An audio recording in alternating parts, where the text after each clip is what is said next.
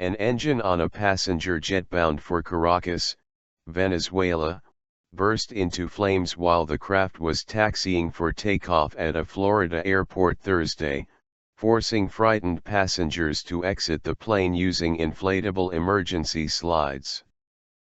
15 people were injured, one seriously, as 101 passengers and crew evacuated the Dynamic International Airways Boeing 767-200ER minutes after the pilots realized there was a problem. Television images showed the plane surrounded by white foam and firefighters' trucks in Fort Lauderdale, its left engine badly charred. The 29-year-old aircraft was leaking fuel before departure, the Federal Aviation Administration said, and its crew was warned about the leak by a jet taxiing behind it. Most of the injuries were bumps and bruises, Michael Jachles, a spokesman for the Broward County Sheriff's Office, told reporters.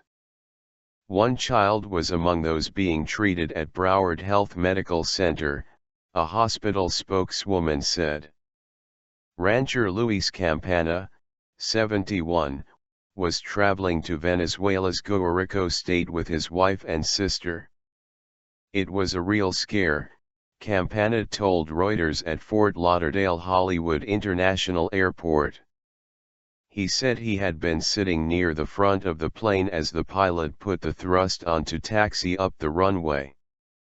The engine exploded. As we were getting out of the plane down the chute, the smoke was beginning to enter and the engine was in flames, he said.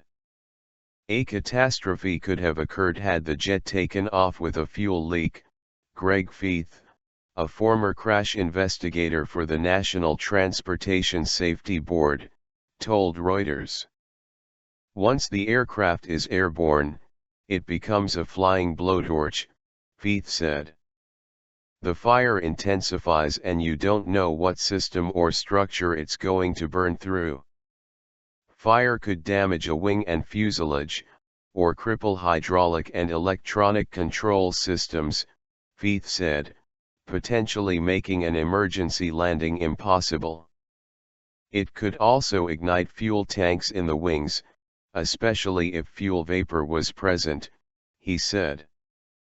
The NTSB was sending 4 people to Fort Lauderdale to investigate the fire, the agency said.